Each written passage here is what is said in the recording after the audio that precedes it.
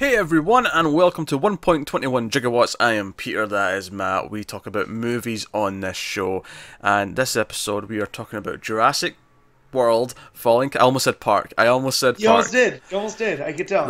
Oh, what a failure. We started off at a good strong point here. But no, Jurassic World Fallen Kingdom, the second Jurassic World film, the fifth Jurassic Park movie overall. Just came out, so we're going to discuss that. And Matt is a huge Jurassic Park fan. I mean, as am I really as well. I just don't compare it to Matt's idealistic love. He's got a shrine. He's got all sorts of things going on. Yeah. But yeah, so Jurassic Park was the first movie I ever saw in the theatre. I was 4 years old, so it does hold a near and dear place in my heart for that reason. So yeah, we'll start spoiler free as we always do, and we will give you warning someplace in the middle before we get into spoilers. But here we go. So yeah, so Jurassic World, Fallen Kingdom.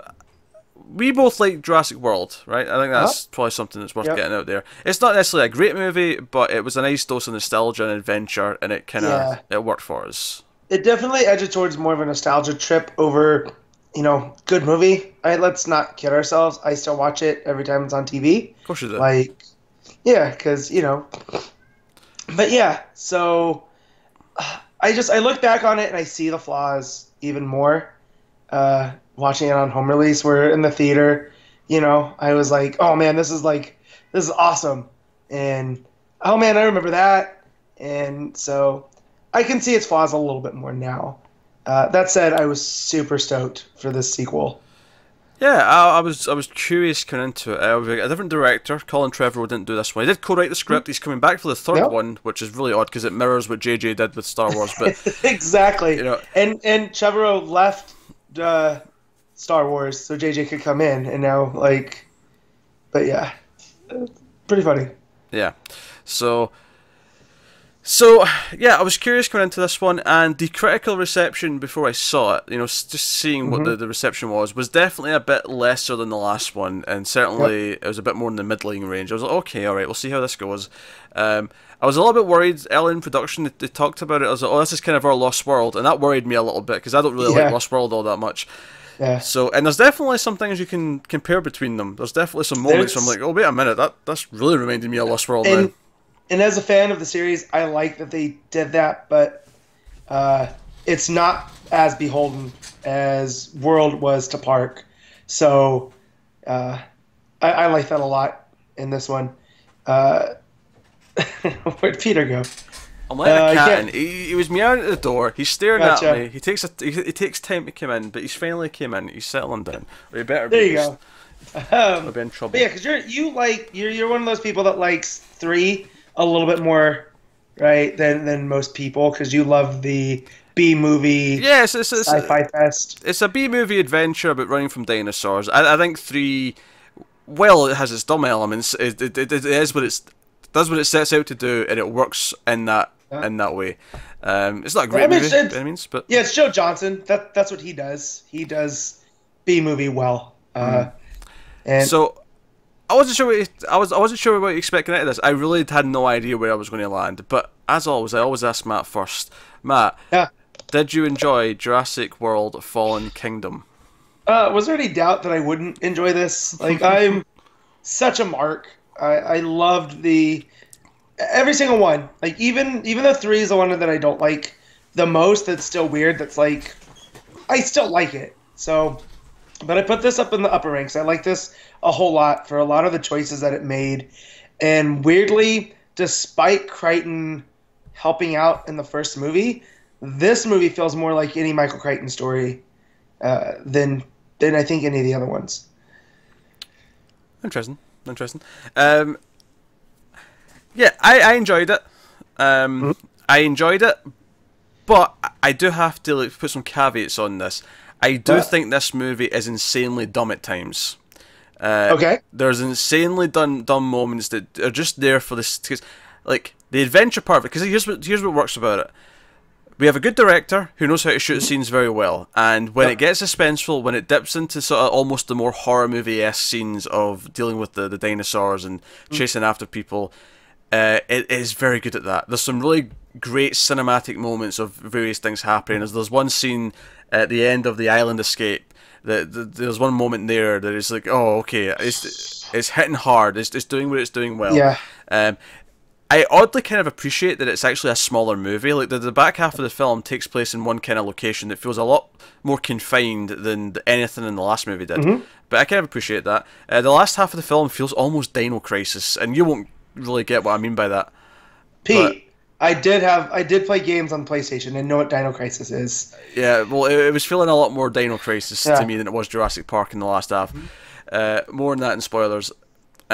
I do think there's some insanely dumb moments. I do think the villainous characters are very two-dimensional and just there to facilitate the villainous plot.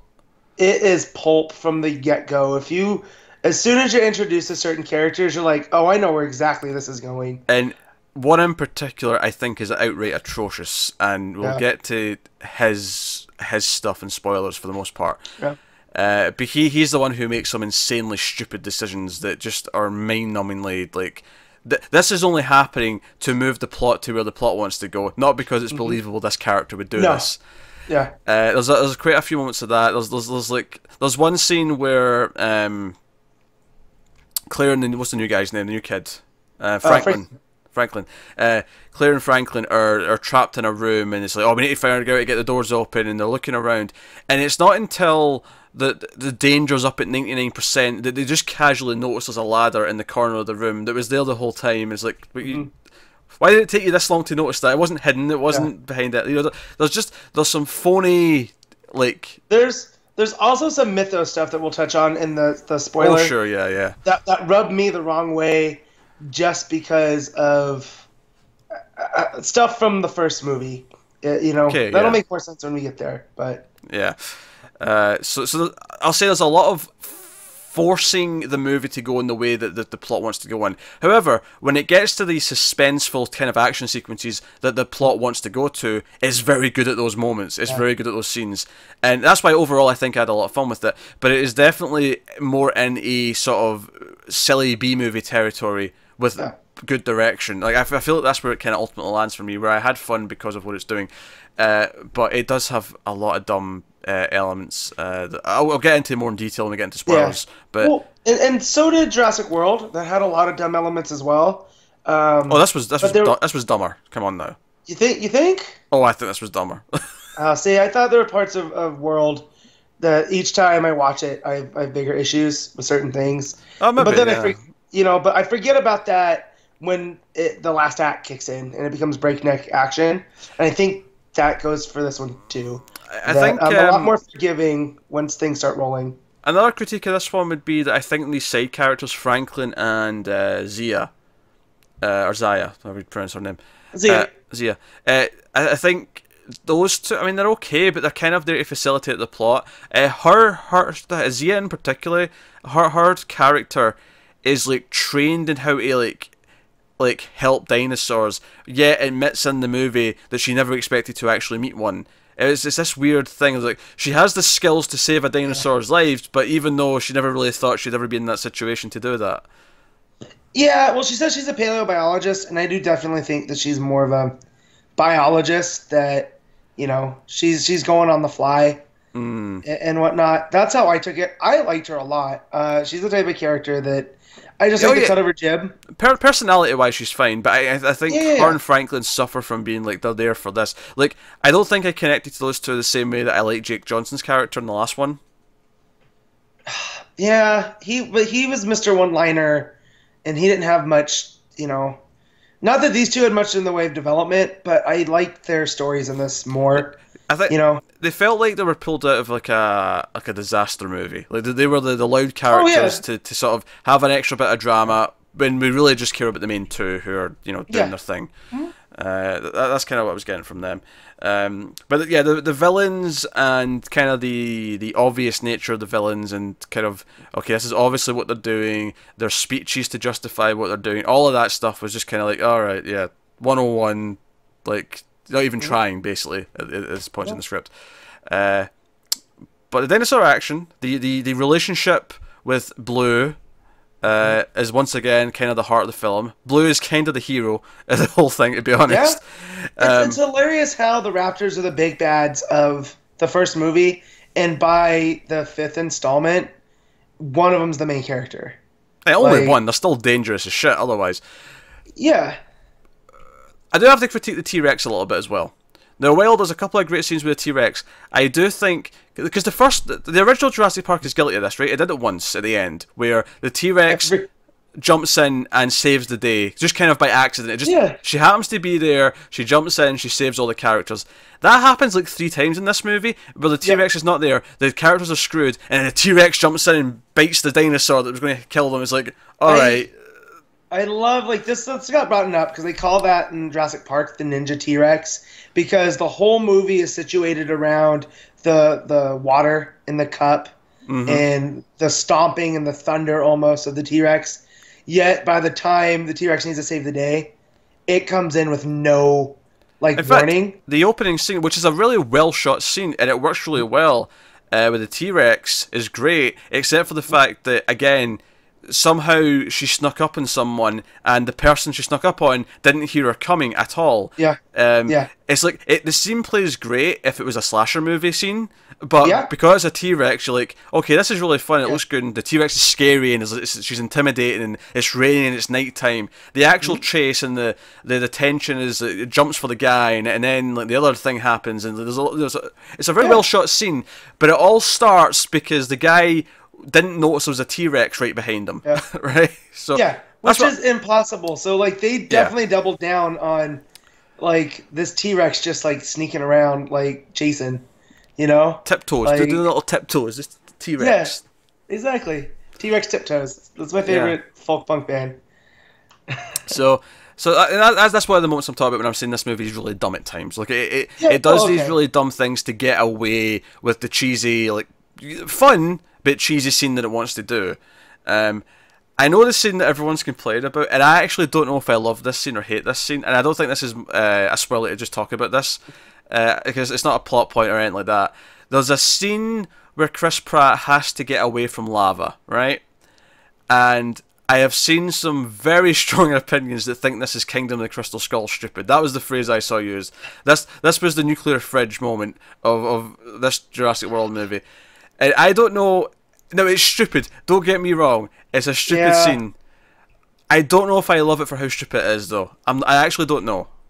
I thought it's super over the top. Yeah. Like, you know, but that said, I laughed. I'm not going to lie to our viewers. Like, I think Chris Pratt is a gifted physical comedian, and he's been thrown into this action hero, and you don't get to see that as often anymore. So, I don't know. Is it any dumber than the T-Rex sneaking up on people? Is it dumber than that? They're 2 different kinds of dumb, I guess. That's my whole thing. Everything's a degree of that, and it didn't ruin the movie for me. I was glad when it was over, when it resolved, you know, like. But I think the thing with Jurassic Park as a franchise that I think we all kind of have to accept to a point is that the first one's the only one that's not a B movie. Everything after that, to an extent, because no matter what you do with the plot, because in the last act of this movie, it opens up a lot of doors as to other things that happen in the mythos of Jurassic Park, right? And I feel like all of it feels a little bit B movie. Here's a fun idea, and that's okay. But the prestige of the original movie is just like, it can't be there again. It never was going to be. There's only so much prestigious things you can do with dinosaurs chasing after people. Ultimately, we're going to get to here's the sci-fi B movie crazy ideas of what we can do with this now. And that's what I mean, that it felt more Crichton. Is like Crichton was never like great literature. They were fun techno thriller books and you could tell he always did his homework. Like, I learned more about cloning through reading Jurassic Park when I was 12 than I did in any science class, because he made it accessible. And I never took biology. I don't know how much biology talks about cloning though in high school, but I mean, maybe it does now. I don't know. Well, yeah. Well, and throughout my courses there were, but I was going to go into the sciences post high school. You know, film is a secondary idea. I actually wanted to be a wildlife documentarian. That was my original goal in life. So I took a lot of sciences with film stuff. But and look at where you are now. Yeah, I know. Now I'm talking about this stuff, so it's all good. Although my wife does look at me weird when I say that I want to go give that bear a hug. That but I will run Bad from a idea. peacock. Yeah, bad idea. Yeah, but I'm always like, look, it's bigger. But it's weird. I feel the same about dinosaurs, where I look at that T Rex and there's a scene. I'm like, I just want to hug it, like, and that's worse than hugging a bear. But I was talking about Michael Crichton. technically, someone does ride on Yeah, a T Rex's back in this movie, which has never happened in Jurassic Park before. So I can't fault no, it there. I can't no, fault it but there. I was talking about Crichton though. But there have always been these smart techno thrillers that, again, you could tell he did his homework, and you feel like you come out like, okay, this is kind of realistic sci-fi. Like, none of this could actually happen. We're not actually going to be able to clone dinosaurs, but if it did, this is probably how it would go down. And here, where this movie ends, I feel that it plays with a lot of that in the spirit of Crichton. Like, sure, none of this could happen, but if the series of circumstances, I could imagine this is where it goes. It's funny because I think what this movie does, maybe the best since the first, and maybe even better than the first in some ways, is the horror elements. There's a couple of scenes later on where it deals with the horror of the chase. And I think me comparing the opening scene to the T-Rex basically being a slasher villain, I do actually think a lot of what this does that's stupid to justify what happens, it does remind me of a really good horror movie that, except in a horror movie when you've just got a killer, you don't have to justify things as much, whereas here they have to keep explaining, okay, this is how the dinosaurs get here, and this is why we have this, and that's why we do that. It does feel like a horror movie in a lot of ways, even though there's large chunks where it's not a horror movie. But well, and that's J.A. Bayona. That's where he made his bones originally, was through the horror. He's one of Del Toro's guys, I noticed, because there's a post-credit in this. And one of the last things I noticed before that started was a special thanks to Guillermo del Toro. So I feel like he, kind of shepherded Bayona. I've not seen A Monster Calls yet. I've heard it's good. I've been wanting to check it out. Yeah, that's a movie, because of the subject matter, I just can't deal with. Like, that trailer wrecked me. And but I mean, who knows? If it gets a glowing review from you, I could give it a watch. I didn't actually realize I'd seen two of his other movies though. I've seen The Orphanage, which was his sort of big horror breakout. That was the Del Toro connected one. Yeah. And then he did The Impossible, which was a completely different film. That was after the tidal wave. Indonesian. Or whatever. Indonesian tsunami. And it's Ewan McGregor and who was it? Naomi Watts. Naomi Watts. That was it. I wasn't. Tom Holland. I wasn't super in love with that movie. That one was kind of like by the numbers for me in terms of what it was doing. Weirdly, the parts that get talked about the most are the tsunami scenes and just how chaotic it is, but you never get lost in the chaos. Like, he shoots it very well. And then the rest of it, it's been described as a Hallmark movie. It's the family trying to get back to each other. Yeah. But I think it's really well directed. Like, whenever it just does the horror scenes, whenever it just does this. I mean, I've heard some people complain that the last half of the movie doesn't feel like a Jurassic Park film, and I kind of agree with that in a weird way. Like I say, it is more Dino Crisis. It is more. But is that necessarily a bad thing? Is it? Because it's up to you, I guess. Because the last one got torn apart for being too much of a Jurassic Park movie, for hitting the same beats as the original. So I feel like it's going to get beat up no matter what it does by a segment of the audience. This is basically Jurassic Park: The Last Dinosaur at this point. Yeah. It's funny how they're mirroring each other a lot. It does feel different. I think if I have a disappointment in terms of the focus, is I think the music takes a hit, because the music. Because I love the Jurassic Park score, and I love the Jurassic World score, and I thought Jurassic World did this neat thing where it used the main themes from Jurassic Park, both the main theme and the fanfare, at a couple of different times, and they feel like big moments, but it also had its own new score where it had its own main theme, and I really like that score as well, and I thought it did also okay, so it's got the old, it's got some new, but it feels very energetic and like full of wonder. Like, I feel like Jurassic Park is kind of a mix of wonder and horror. You kind of mix the two. Yeah. This leans so far into the horror that there's very few moments where the original music, either from World or Park, shows up. Like, you hear a little bit of both, but not much. Yeah, so what struck me is I normally don't notice the score. I did hear, and it weirdly reminded me of Indiana Jones. Like, where you say that Jurassic Park had that balance of horror and wonder. I felt this had the pulpiness of Indiana Jones, where there's ghastly elements, like you'll get sharp sections of it. But then there's just kind of like this, the only way I can describe it is like proud, like this section that's like very adventure-y. I know none of those words really go together, but I don't know how to describe music as well as Connor's you do. not here. Connor would guide you if you were Yeah, here, but no, he's not here. exactly. But there's just scenes like when Chris Pratt's doing his run around, it reminded me of Raiders of the Lost Ark when Indy's running from the with the Chachapoyan idol, from the Jovitos. Matt's just fan casting Pratt as the new Indy. That's what's happening right here. I've wanted that since he's got I originally was a Chris Pine for Indy guy, but now I can see Pratt playing Grumpy. Oh yeah. So I think it takes a little bit of hit there because I feel like it's missing the wonder of Jurassic Park a little bit. Because there was a few moments where I thought it was going to go into that, and it never really did. And I don't really want to fault it too much for it because the movie's doing its own thing. And it's just true that maybe the plot doesn't justify those types of moments where the music would swell up in that way. But it just I feel like I was missing it a little bit because that's part of what makes Jurassic Park Jurassic Park. But hey. But no, I do appreciate that it's going to horror. I do actually like the back half of the movie quite a bit. I think the last 40 minutes is the strongest of the film. Even with some of the elements that are dumb that are in there, because it is kind of more of a Dino Crisis, Resident Evil type story at that point. And I know people, if you've not seen it and you're hearing me say that, you're like, what do you mean? And let's just say it's a mansion, and let's just say we've got hiding around. Things go sideways. Yeah. It's interesting, and that's why it kind of feels smaller, because it's all in this building in the last chunk of the movie. But which is funny because obviously in the first half you're getting this eruption and you're getting lava and all these dinosaurs running down hills and whatnot. So yeah, I want to make this clear. I had fun with it. I like it, but I definitely like it as a B movie that has a lot of dumb elements and a lot of problems. Yeah, we all know how I feel about B movies. That's right in my alley. We got a trailer for The Meg, and my wife leaned over. She goes, "We're seeing that, aren't we?" I go, "Yep." So these are right in my wheelhouse. So I'm a little bit more forgiving than I think most people when it comes to this. Yeah. So okay, I guess we'll say spoiler warning then. Full spoilers for Jurassic World: Fallen Kingdom from here on out. Let's talk about Maisie. I want to talk about Maisie. Yeah. I want to talk about Maisie.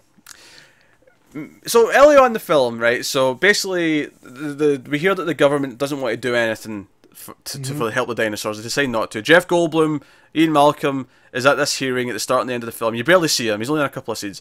Yeah. And he's just there to convince them, no, don't step in. Let them all die. We're all screwed if we don't. And I'm shortening it, of course. But yeah. But then this private benefactor contacts Claire, right? And she goes out to this mansion. And this was, on the way to the mansion was one of the few times I heard the Jurassic World music come in. And then when she goes in the building, you hear a little bit of the classic piano theme as she sees the painting of Hammond. And it's like, oh, okay, good Hammond, all right. That's cool. And I don't know if they ever mentioned this in the previous film. Was this a retcon that he had a partner that they kind of split away from? Yeah, I didn't remember this. Although in the book, Ingen was much bigger than Hammond, they kind of turned him into Walt Disney in the movie. But, there was more people at play in Ingen in the original book. Okay. So I gave it a pass because it would make sense when you learn about Lockwood and what had happened. So Lockwood's James Cornwell, who obviously he's exactly the type of actor you want in this role at this age. Yep. But very likable guy. But he's like an old man. He's dying. He's got the same cane with the amber. So again, and that's actually one of the other little complaints I'd maybe give the movie is that it maybe actually reuses things from the original movie just one too many times. There's a moment with shutting the door with the kid inside the thing, that's out the kitchen. The Indoraptor using the latch in the window is very much like the doorknob. But that to me is Jurassic Park in a nutshell. Is raptors figuring out things. Oh, sure. I'm just saying it was just one or two too many. Where it was just so many little moments were taken directly from the original movies. Where it was like, okay.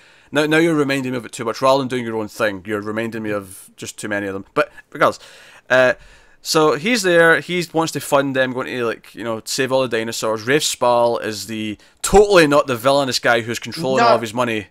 Yeah, not at all. Because obviously. Because Cornwell's sick, he's an old man, he's in a wheelchair, he's taking meds all the time, he's on a respirator. He's got an oxygen tank, in his wheelchair. Yeah, exactly. And then you have Claire meets him, and then we meet Maisie, the little girl who's 10 or whatever, who's running around. And he's like, oh, that's my granddaughter, and you think nothing of it. And of course, Jurassic Park typically has a kid somewhere. You have a kid in there, right? And it's okay, fine. And it's later on when he's up in his bedroom and she's talking to him, and it's like she wants to know about her mother who died in a car crash, and he won't talk about it. And someone asks him, like, did she ever visit the park? And the camera pulls back, and you see a model of the original park, the original like center, with the cars and stuff. And he says she visited it a long time ago. And I immediately went, is this Lexi's kid? Yep, that's what I thought too, right. Which makes no sense because Lex was Hammond's. But then you remember that there was a divorce going on. Yeah, it was. Well, it wasn't Hammond's daughter though. It was Hammond's granddaughter, right? Yeah, that's what I mean. But there was a divorce going on. So if Hammond and Lockwood's kids had got together, then that's what I was thinking. Yeah. Yeah, and then so when I first was like, oh, it can't be Lex's kid, and then reason started to take over. But it's a little bit convoluted for it to work, but that's what I was thinking. Yep. It actually turns out to be not that at all. It turns out that this is a separate character who died, and Lockwood used the tech that they brought to bring the dinosaurs back to clone his daughter that he lost.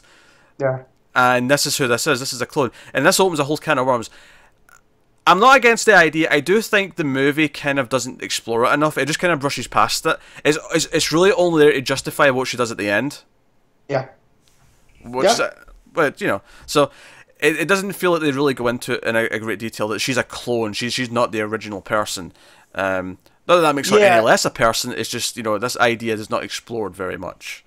No, I knew exactly where it was going because I leaned over to my wife and I go, she's a clone of the mom. Like, and when it happened, she goes, how'd you know? And I was like, honey, it's right in front of us. Like, there was as if someone painted a big red letter.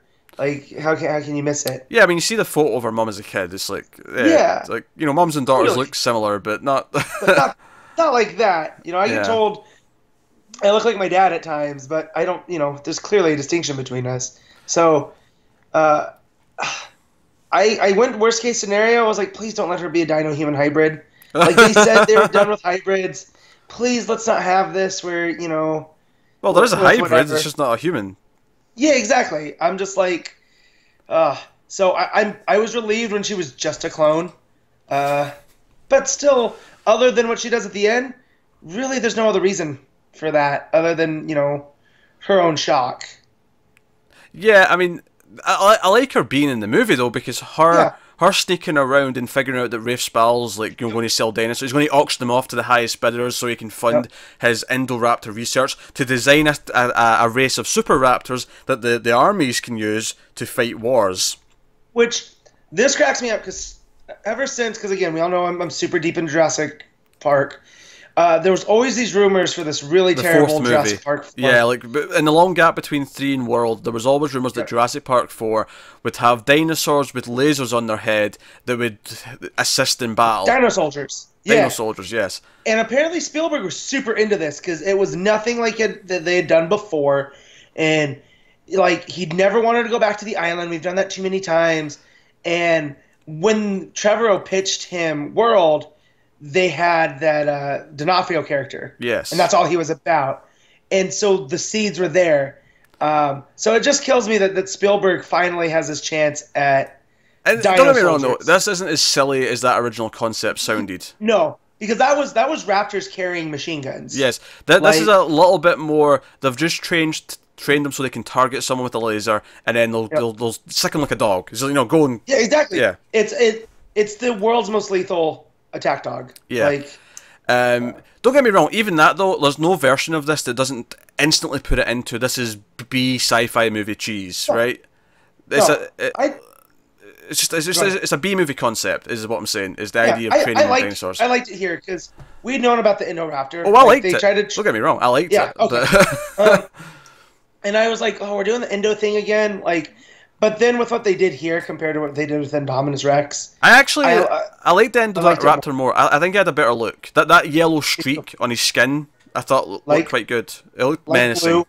The claws, the first time you see the claws come after Maisie through the bars, that was like a proper horror movie scene, and I think that stuff was kind of working for me. What doesn't work for me is how the raptor gets out of his cage, how the Indoraptor gets out.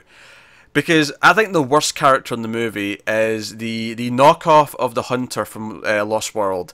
The guy who's there, he's meant to be there to escort, you know, Owen and Claire as they go after after Blue specifically, but all the dinosaurs to save them.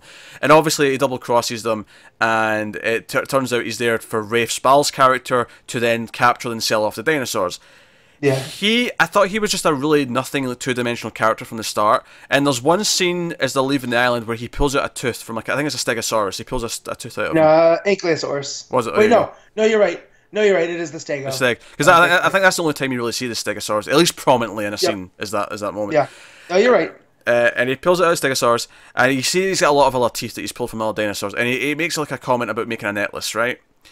And that scene is only there to justify the most stupid moment in the entire film, when the Indoraptor is safely still in his cage. He's not getting out, or she's not getting out. Owen's gone out of his way in this auction to make sure that they don't accidentally release the Indo. Yes.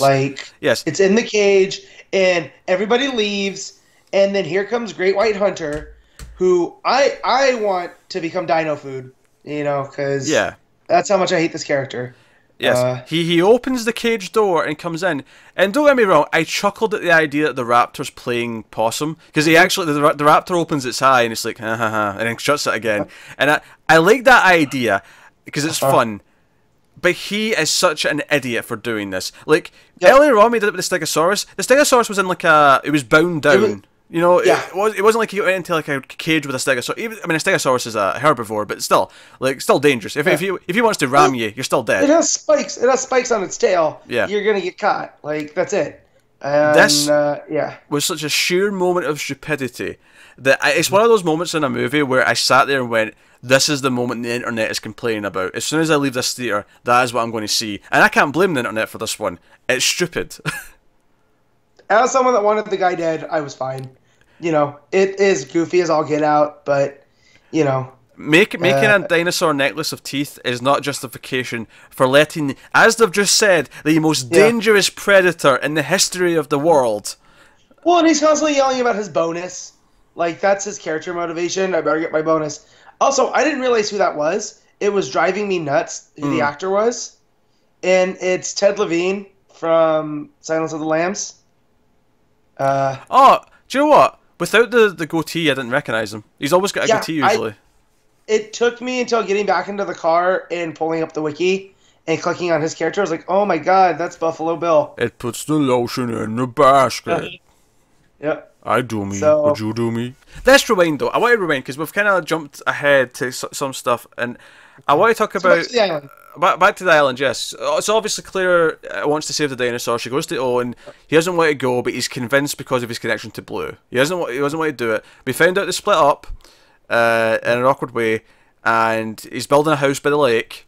How he afforded this land so that he could build a house by the lake, I don't know. But I'm pretty sure being one of he got paid out by Maserati, because we find out that Maserati went basically bankrupt after paying out $800 million to the survivors of the event in the first movie. If anything, that number's too low. It should have been higher than that.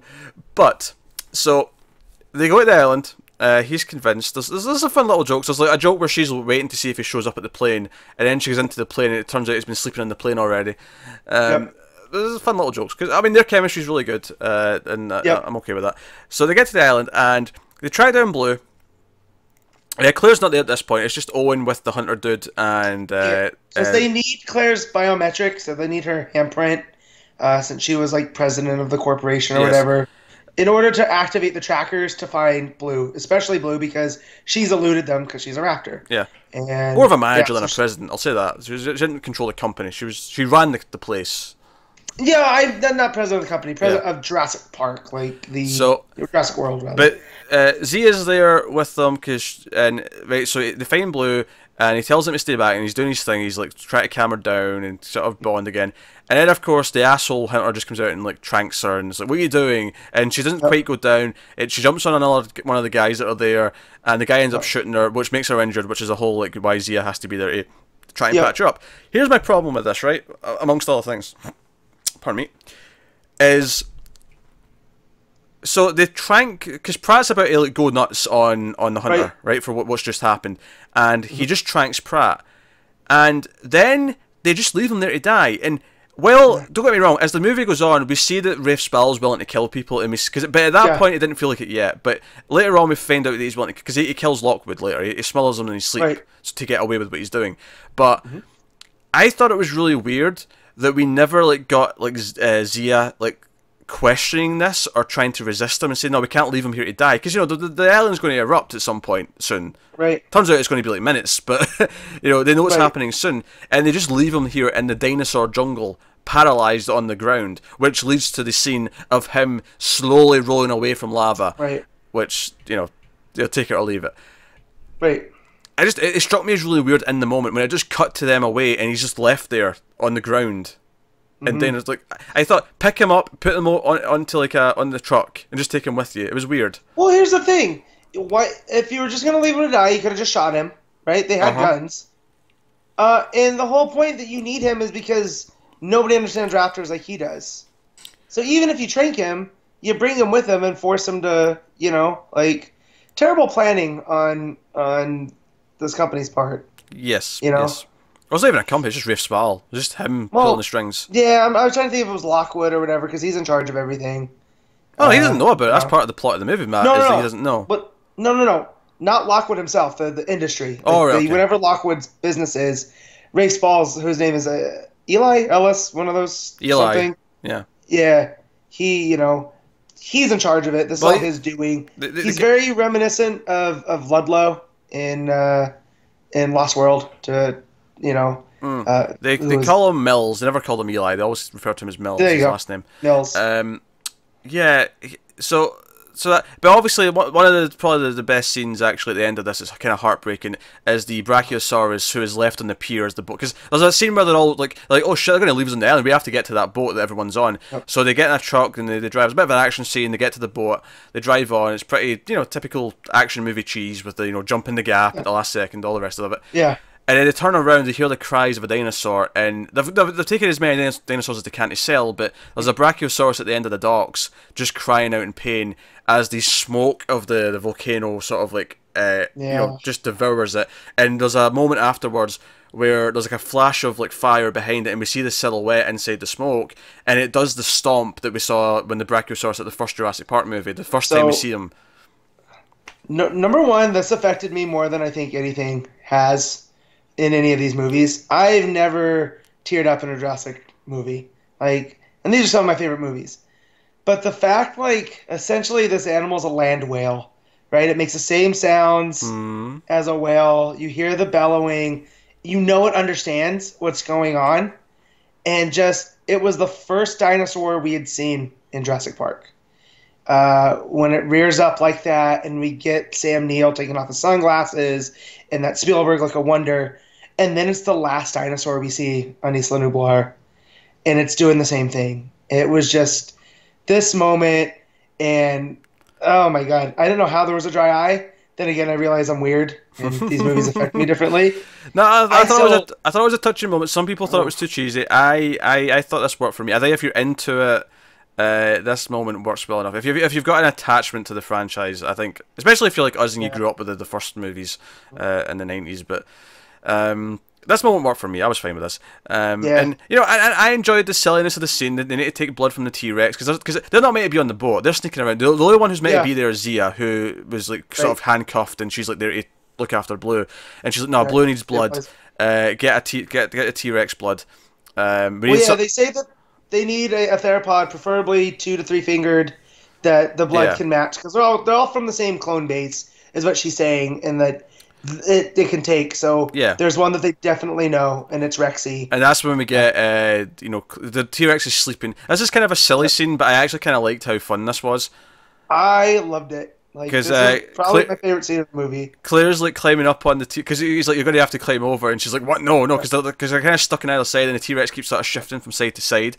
I love the silliness of a sleeping T-Rex, which we've never really seen before, and you know, she's up on its like neck, and I'm like, oh my god, if it got up, you'd be like riding the T-Rex right now. Because she gets because she has to go to help. Take the blood because Pratt can't do it by himself, and they're trying to get themselves around there, and she climbs up over to get over, and it sticks her in the center. you know, and then she has to take the blood, and Yeah. I really like that scene. This is the scene from the trailer where Pratt has to jump through the mouth, like because it's sort of Yeah, like it's like at the side and he has to jump through it. yeah, and I thought we were gonna get a scene where like we finally saw what happened on the boat in Lost World, you know, because that scene never has made Do you know, any. I'm just noticing how angelic I'm looking right now with the light. It's Very, very much so. Very much. not intentional. You It's know just what? sunny outside. Washed What can I out say? for sure. Yeah. What can I say? But no, I like that. I did some research in my main problem with the first one, with Jurassic World, I should say the first one, the fourth one, is that most of the dinosaurs were CG, and you could feel that. You know, I didn't feel like they were there. Here, Bayona learned from that and had animatronics made, but then he had them basically plussed up by adding digital features. So, like the eye movement, they didn't build that into this one like they did, like Stan Winston Studios did for the first. That was all digital. But Pratt and Howard were working with this animatronic T-Rex there, and I feel like it made the movie better for that. Yeah, I think that's fair. They also the baby raptors from the footage, those were animatronic as well, and it took like 12 puppeteers to get those motions down, and I feel like it made that better too. So that's always what Spielberg had done better, or why that movie is still looks as well as it does. Jurassic Park. Do you know that it's actually fair? I combination. think the effects were better overall in this one. I think that's a fair statement. Yeah. Thinking about it, so they're taken to the mansion, which is where the Lockwood we were there earlier on. That's where the big hidden lab underneath the mansion, which again is why it feels very Resident Evil / Dino Crisis. Up in the middle of like the redwood forest in Northern California, like Yep. it's a very fun setting. And yeah, so they actually find our characters and they lock them in a cell. And Pratt, I mean, what's the dinosaur that Pratt like convinces to? So it's a type of Pachycephalosaurus that's called a stigmolic, and basically it lines up. It has a helmet head, and it bashes people. You saw him kind of in Lost World when it takes out the Jeep. There you go. Yeah. But anyways, he goads it into smashing the wall and helping them get out. And there's basically a lot of sneaking around, and we have all these rich hoity-toity. The other character that I thought was really lame was Toby Jones's character, who was like the guy who runs these like really like behind closed doors auctions for billionaires to like purchase exotic items. Because there's a scene, the first scene we see him, he comes to Rafe Spall and he's like, okay, are we all set? He's like, oh, the dinosaurs will be here tomorrow. And he's like, oh, they're not here today. Well, I guess we're just going to have to call this off. I don't work with amateurs. He's like, no, the dinosaurs will be here. They're en route. And I'm like, these are literally the only dinosaurs on the freaking planet. You can't wait a day? Yeah. It's not like you're going to find any more. Oh, dear. Yeah. So silly. Yeah. He was kind of useless. I didn't like. He's an auctioneer. Like, there's nothing. He's just Mr. Greed. Yeah, we get a scene where they're carting out dinosaurs in cages and people bid on them. And they're like, oh, you can use this one for this and that. And he's like, $10 million, $12 million, sold for. Yeah, you hear there's arms dealers and there's just general billionaires that want their own, or they're going to sell them off to be hunted. And as someone that edges more towards the environmentalist side, it's this type of scene that drives my inner fire. That it makes me physically angry to see this kind of stuff. And to Bayona and company, mission accomplished, because I know that's what they're going for. And it's once they see the Indoraptor, that thing can never leave here. It's too dangerous. They sabotage. They get the other dinosaur into the room. Chaos ensues, and that's when the hunter dude comes in and frees it. Yeah. And that's when we get to probably the best section of the film, is when the Indoraptor's around and he's stalking people, and we get scenes of sneaking around. There's a lot, because Maisie, I think, is a good addition to the movie, because Maisie's scenes were at the start when she's like sneaking around and finding out that the bad guys are up to stuff, but then later on she's like hiding from the Indoraptor. She's like climbing out on the roof. She's doing all these things, and she teams up with Pratt and Claire, and they're sneaking around together. And then Pratt has to go and save her. Don't get me wrong, there's some Deus Ex Machina stuff where like he just like finds out the right moment before the Indoraptor gets her, or then Blue shows up in the same way, where Blue's the hero who shows up and saves them. But it was fun watching Blue fight the Indoraptor, and I do like that we ended this one with just like a straight up death of the villain, the dinosaur. It just just gets, because they're on the roof. It's the glass window, and Claire actually, who's been injured at this point with a leg, puts the laser on Pratt so that he's the target, and then he like sort of like dives out the way, and the Indoraptor goes down and lands on the Stegosaurus, the skull, you know. Skull. Yeah. That we've seen. That's on display right below, which is museum, another thing from the first movie that that's how it was supposed to end. That the raptors were supposed to get impaled on the T-Rex skeleton in the visitor center, and Spielberg realized if I don't bring in the T-Rex one more time, the audience is going to eat me alive. So that's where we get Ninja Rex from. So I like when they pull stuff like that, and it feels like it's an homage. Yeah. Yeah, and I think this last chunk of the movie is a lot of fun. I think it's a really good suspenseful chase scene. There is some silly stuff, like Maisie hiding in her bed, thinking the Indoraptor won't get her in there. That's kind of bizarre. Yeah. She's just been a dumb kid, I guess.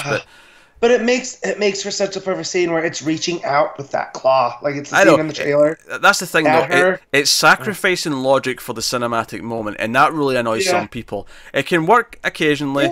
Yeah. It's basically the point where you have to accept this is a dumb B movie and just accept the good cinematic moments, and that's what it is, and that's fine. If you can accept it as that, then you can have a blast. If these are all going to annoy you, you're going to hate this movie. And some people think this is the worst of the 5. Some people outright hate this. I've seen that reaction online. I don't get it. It's fine if you don't like it, but just say it's the worst. I don't like. Go watch Lost World, Jurassic Park, and there are parts that are equally dumb, if not more dumb, in that one. You know. So, and you have a girl using gymnastics to fight a raptor. I don't know where I fall on it actually. I mean, obviously Jurassic Park's the best one. Yeah. This is actually probably my second favorite. This hit what I wanted it to do. I think it's better directed than Jurassic World, so it puts it over. It's better directed. No, the horror and suspense scenes are definitely handled better. I think the first one though feels more like Jurassic Park, like the wonderment of it. So I feel like I like both of them for different reasons. So it's kind of hard to rank them in that sense. I definitely like both of them more than Lost World. That is no question. Lost World is dead last. I probably like them both more than Jurassic Park 3 as well, to be fair. But there is a big drop off after the first Jurassic Park. There's a drop off because then you're into just cheesy sequels. Jurassic Park's one of my top 3 movies of all time. Like nothing's ever gonna move that. It is a classic movie by this point. It's 25 years old. You know, like so. I just nothing's ever gonna touch it. Nothing I don't think ever should try. So it's just these are the movies that we're getting now, and you can sit back and enjoy them, or just not like them. But to like, I don't know. I feel like sometimes people forget the movies are allowed to be fun. Like, not everything has to be like the cinematic experience that changes your life. Yeah, but like to be fair, Matt, that does sound like a hand wave, like a crutch, just to say, oh no, it's just fun, it's fine, just ignore the problems, it's whatever. No, it does, but I feel like people are starting to take these because, again, it's their childhood. You know, like I get it. Like these movies are my childhood as well, but I don't feel like this movie does anything that it craps all over it. It does things like when Rafe Spall goes to murder Lockwood, he breaks the amber cane, and I was like, oh my god, that's symbolic. That's like this era's over. The park's done. It was claimed by lava, so we can put that all behind us. You know, so if you want to talk about it destroying your childhood in that way, then yes. You know, it's moving on. Well, I've not seen anyone talk about destroying their childhood. I just think it's bad. Yeah. No, that's fine. And you can think it's bad. That's fine. But I feel like people just go into things anymore more like their arms folded and going, impress me. You know, you're the 5th movie, you know, and I feel if you go in like kind of like we did and just kind of like, hey, look, it's getting mixed reaction. Where are we going to land on it? That's the thing. I don't necessarily think it's a case of fold my arms, impress me. I get that impression a lot with other types of movie, especially horror. I feel there's an entire audience who is like, I will not get scared. You're going to have to break through this barrier to scare me. And that's the wrong attitude with horror. With horror movies, you have to be willing to go for the ride. I think that's like a big part of it. I think with this, though, Matt, just to round out this point, I think with this, it's just that there's a lot of people who like Jurassic Park who don't necessarily like B movies, right? But Jurassic Park's just good enough that it doesn't matter. And for those people, the sequels all kind of suck because they're not there for the B movies. Once the prestige of Jurassic Park goes away, there's nothing there for them anymore. But then again, it's all about managing your expectations, right? If you have 4 movies now that are B movies, what are you gonna expect? Like, they're not just gonna drop the sixth one and be like, "Hey, this one's like Prestige again," you know? Like, No, there's truth in that. I don't think. I have no problem with someone not liking this movie. It's dumb enough me that neither. it's dumb enough that I understand why someone doesn't like this. Oh, and I fully get that too. I'm just saying, I saw a lot of people going into this super negative just based off the trailers, and it was like, well, like, can we just wait for something and see how it is before we judge it? Like, I don't know. This wasn't like the trailers for this wasn't like Skyscraper, where I'm gonna go to Skyscraper just to see how ridiculous it is, right? Like, it's The Rock with a prosthetic leg doing Tower of Inferno. Like, come on, or even The Meg. Like, it's being over the top ridiculous there. Like, I don't know. I'm getting tired of the hot take internet culture of like, I'm tired of hearing about Star Wars and how people have ruined Star Wars, or how you just don't get it because this and that. I just want to go and enjoy movies I enjoy. And that's where I'm at. And, it's weird, especially if something like this where I was going to like it probably no matter what because it's dinosaurs. Do I choose to make fun of the cancelled Star Wars spin-off movies? I'll leave it. I'll leave it. Hey, Connor's not here. We all know that I am like the moderate between you two. I thoroughly enjoyed Solo, so Oh, good. I mean, but it's fair to say that I'm not going to probably see any of them anyway now, so it doesn't really matter. But I still took a little bit of glee in. Oh, okay, we're putting all of these on hold. All these spin-off standalone movies, but that makes sense. Anyway, so, and there is some other stupidity, like the girl Maisie pressing the button to let the dinosaurs out, because basically the building's going to go. There's like gas leaking out, and the dinosaurs are trying to get out. The door's there, and Claire wants to press the button to open the door, and Owen understands, but he's like, if you press that button and let them out into the world, there's no going back. There's dinosaurs in the world if we do that. And she ultimately makes the logical choice. We can't do that, even though she really wants to. And you knew it was going to happen. Maisie sneaks up behind and presses the button, and the door opens. And I think my only problem with this is with the line she says, which is like, "They're alive, just like me." And I'm like, you've known you were a clone for like 20 minutes, right? yeah. Shut up. Yeah. I think there's a better way to do that because she's young and not jaded. Mm-hmm. And she still has that wonder of life. Like, no, they're living creatures. They deserve a chance. That's the line, Now, there are some things to question here. One, when Claire was opening all the cells to let the dinosaurs out before this, and she was doing them one by one, which again was very old school. This was another thing that was lifted from the original movie, was the one by one pressing the buttons. It was kind of like the levers in the first movie. It's even down to the fact that they had to reboot the system at one point. Franklin has to. We have to reboot it. Yeah. So I kind of expected when they had to reboot it while they're on the island, I expected to hear just somehow, just because. Somehow, yeah. So, and you could argue, okay, during that scene, maybe she could have just not let the carnivores out, right? And because that's the thing, most of the dinosaurs that get out are actually herbivores, so it's fine. Yeah. It's like not too bad. Like, sure, they may cause a little bit of damage, but it's not going to be too bad. So we end with the movie with the dinosaurs going out. They're leaving the building. They're going to the wild. Even Blue, who kind of says goodbye to Owen, he wants to take Blue somewhere, but she's like, no, forest, freedom, and she runs off. Right. And we get some shots. We get a shot of a T-Rex screaming at a lion at the zoo, which I don't get, but cool. Like, I understand the point. Like, you have the lion, which is the king of the beast, and then you have the name Tyrannosaurus Rex, which is Tyrant Lizard King. Like, I get that. It's the king of the old versus the king of the new, basically. Is but like, it's a T-Rex though. Like, come on. Yeah, the lion's screwed. Yeah, the lion's screwed. It's for the visual again. It's sacrificing the logic for the cinematic visual of the moment, right? Now, the main thing that bothered me was the mosasaur that we see that it gets out. This is the giant underwater dinosaur. Just for the giant underwater one that that ate the poor assistant in the first one. Lena Luthor. She ate Lena Luthor. And also, when you thought the guy get away at the start of the T-Rex, this comes up and eats him. I love that though. I just love the gotcha.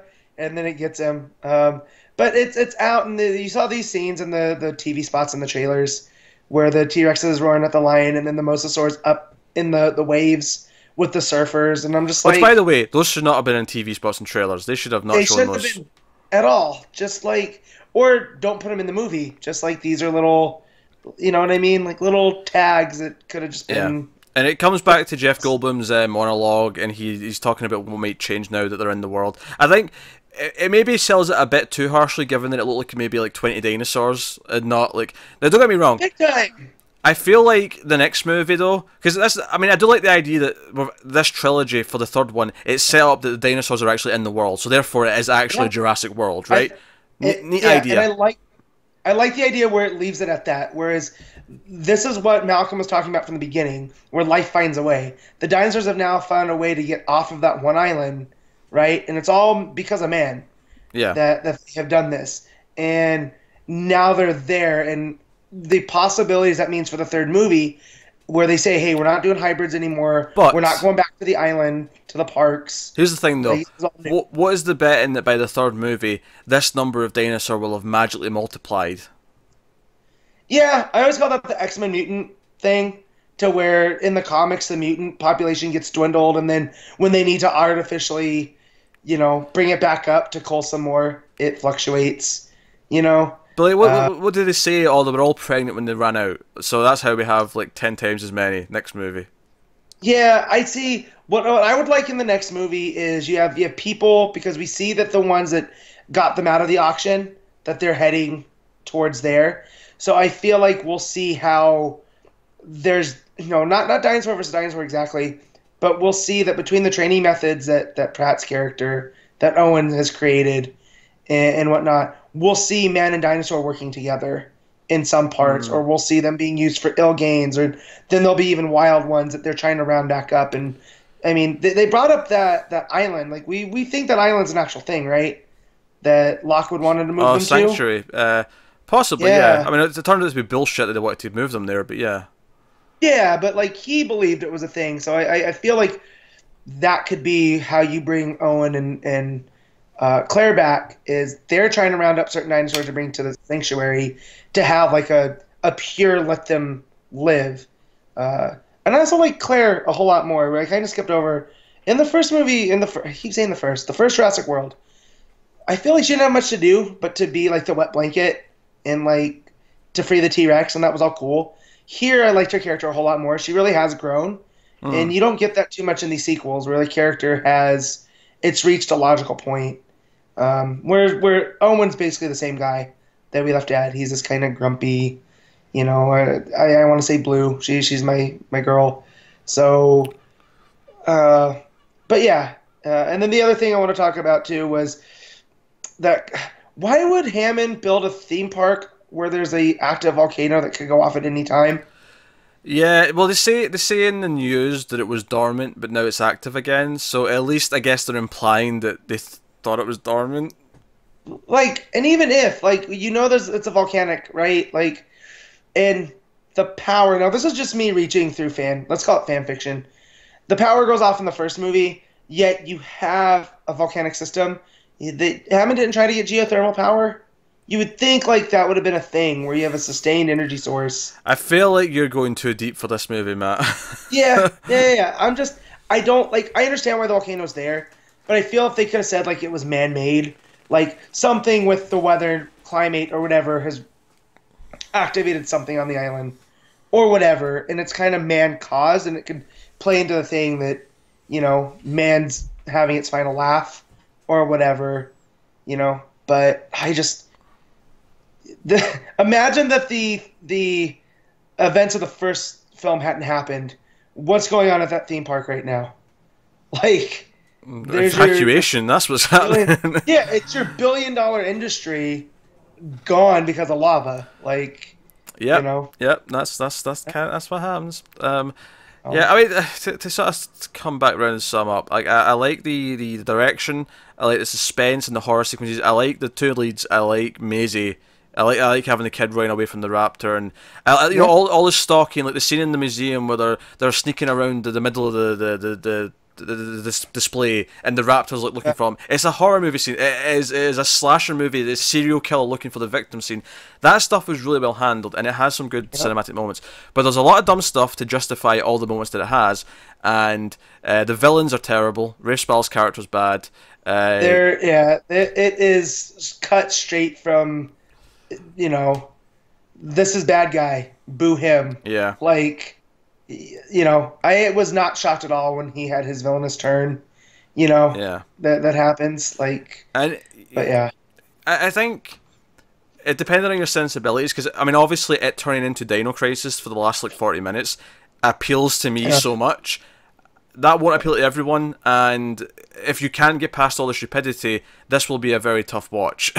If you're into the franchise, though, if you like cheesy B movies, if you don't mind a bit of stupidity to have the fun moments, and the fun moments are really well directed, I think you can have some fun with it. You just have to know that going in. Yeah, I think you have to have your expectations in the right place for it. Definitely. So I guess with that, we will rate the film out of 10. Matt, what are you giving it? So this is an 8.5 out of me. I am biased. I am biased as all get out. Do you know what's funny, Matt? Do you know what's funny? Just yesterday, I was talking to Connor about this, and I looked him in the eye and I said, "This is this year's Kong Skull Island for Matt. I'm telling you right now." Yeah, most likely it will be. I haven't had this so parts of Infinity War hit me emotionally, but I was expecting that with Thanos and whatnot. I wasn't expecting that here, and I had a really good time. I think this is, as of right now, this is my #1 movie. This beats out Solo, and I really enjoyed Solo. So this is in the one spot. What's my #1 movie of the year? I actually can't think of it off the top of my head. I'm going to check. I'm curious. I'm not going to tell you on air because I'm saving it for the top 10 at the end of the year. But as of right now, and there's still a whole lot coming out. But that's my #1, obviously. Yeah. Okay. But just had to I'll try to guess it once we finish here. Yeah. You can. So you give it an 8.5. I think that's a little bit on the high side for this movie. I've actually wrestled quite a bit with this since I've seen it. I've went through about 3 or 4 half points back and forth, trying to decide where it lands, because I had a lot of fun with it. I think there's moments that work really well, but I think objectively, as someone who appreciates storytelling, now the filmmaking itself is pretty strong, but the storytelling and the script ain't so hot. The villains ain't so hot. So I think ultimately I'm going to land on a 6.5. Okay, I thought you were going to go 7. But I mean, you said you've been waffling. But let me make this clear. This is a really for me. This is kind of like how I would give Friday the 13th Part 3 a 6. But I love Friday the 13th Part 3. Yeah. But it's a 6 out of 10. This is kind of like that. Yeah. I had a blast, but it's a 6.5. I can't go any higher than that. Yeah. So that's fair. I thought you'd come in around that range. So yeah. But I think the biggest disappointment was the lack of the main themes and the stuff in the music, because I was like, oh, come on, give me that. Because when it goes to the credits at the end, the fanfare, dun dun dun dun dun dun dun dun dun, it goes into that at the end, and it almost feels out of place. It's like, this doesn't fit the movie that I just watched. Why are you playing this now? And then it goes into the main theme from Jurassic World, which I also like a lot. It feels like, it's just the end credits. They didn't put them in the movie at any point. Anyway. Chino does a great job, though. I mean, he does a he's good, yeah. Did he do this one as well? I didn't actually notice. Yeah. He did. No, he did. Cool. Yeah. So I looked that up. So hopefully, hopeful for the third one, which we know is happening in a couple of years. We should probably briefly mention there's a small post-credit scene. What's funny is that I didn't know about this going in. I just, for some reason, when the movie went to credits, I thought, you know what, I'm going to check just in case on the phone. Yeah. Even though this franchise has never had one before, I had this feeling, and sure enough, I was like, oh, there is one. Okay, I'll wait. And it's not much, although it probably means a lot more to Matt than most people because of where it takes place. It does. So it comes in and we see Claire and Owen see some pteranodons flying on the coast. This is before the credits. This is before the credits. And then the credits pick back up the scene picks up, and the pteranodons are now coming up on what looks like the Eiffel Tower. And I was like, wow, they flew a long time. Paris is far. And then it pulls back, and they are on the Las Vegas Strip. And on our version of the Eiffel Tower, from the Paris resort. I saw that, smelled, and went, "Oh Jesus, there's a dinosaur in Vegas. Matt's going to lose his shit." So after it ends, I look over to my wife and our family that came with us. I go, "All right, I'll be back. I gotta go get me some pteranodons from the strip." So, and let's be real. If there were dinosaurs down, I would be there as soon as I could. Like, I have zero self-control. Of course you would. Like, so that's the main, and obviously it's worth mentioning they seem to be looking after Maisie now. I don't know what the adoption paperwork's going to be like for a clone of someone who all the guardians mysteriously just get eaten by dinosaurs, but yeah. Well, her nanny was still there, even though Rafe Spall fired her. Oh, that's true. That's right. Yeah, she lives. Yeah, that's true. So I'm sure she'll deal with a lot of it. She'll still be around. That's true. That's true. You know. I'll say this though, I hope when the third movie starts we don't have to start with they're broken up again, because technically both this and the last movie started with them having dated already and now being broken up, so hopefully the third one they're just a couple and it's fine, we can just go from there, please. And that's good. I mean, they're both very lucky to have each other. I will say, Bryce Dallas Howard and Chris Pratt. You have a crush on both of them, yes, that's what you're saying. I do. Yes. So that's Jurassic World Fallen Kingdom. It has some fun B-movie stuff, some really well-directed scenes, but it does have a fair few big problems and some really dumb moments to justify stuff that happens. So, do what you will. But, hey, that's the movie. So let us know what you thought of it in the comments below. Like and subscribe, all that stuff. That supports us. But if you want to support us even more than that, head over to patreon.com/MailFuzzTV. You can do that over there, and you can get some bonuses. You get to vote on the influx and overload and screams votes every month. You get some bonus content. We just put up the first ever episode of Almost Cancelled Extra, which is like a TV topic, and there's going to be a 1.21 extra next week, which is also monthly. Similar idea. The first episode is about aspect ratios. Class will be in session, so patrons can look forward to that. I'm glad I'm not a part of that, because I can watch it and then never have to hear you talk about aspect ratios again. Yes. I'm making graphics, Matt. Oh, jeez. For the video. Work is going into it. You guys better. Is this only for patrons? Yeah, this is a patron only. This is Oh man, you guys chill out for this, guys. Yeah. Please, you will see Peter in rare form. It's Resident Evil and aspect ratios. Those are his two passions in life. So you can check out that. And I always like to promote something else. I think it's worth, if you're at Jurassic Park, you may be into Godzilla. And on 121 and in Flux, me and Connor have been working our way through the Godzilla franchise. We got to the 9th movie a few weeks ago, which was Destroy All Monsters. There's 29 of them currently from Japan, plus 2 American movies. So we're slowly working our way through. So you may want to go. So you are doing the Matthew Broderick. Yes. Which I think that's unfair to the director, who I can never remember. Roland Emmerich. Yeah, it's Roland Emmerich. I think that's because everyone calls it the Broderick. Oh, sure. Yeah, but like every movie he's made after Godzilla was somehow worse, so it's not like he's a good director. No. Like, he made Independence Day, which everyone has nostalgia for. Universal Soldier is his best movie. I'm saying that now. But then he made Day After Tomorrow, he did 10,000 BC, and 2012. Every time I see that come up on HBO Go, I flirt with watching it because it's cavemen. And then I'm like, nah, I have a better way to spend 2 hours. 2012 is oddly dated now. Like, that was a really short window where that was relevant, because it was like on the build-up to 2012 when the world was meant to end. And now that we're in 2018, it's like, oh, what's the point?